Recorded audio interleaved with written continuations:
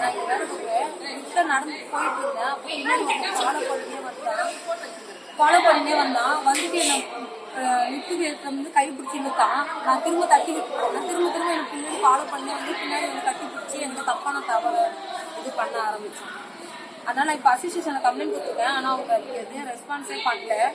அதனால இப்போ நான் போலீஸ் ஸ்டேஷன். இந்த சம்பவம் நடந்தது எப்படி, எங்கே நடந்தது? இது டி பிளாக்ல 9 மணிக்கு நடந்தது. நீங்கள் லிஃப்ட்டில் வேலைக்காக வந்திருந்தீங்களா? வேலைக்காக வந்து.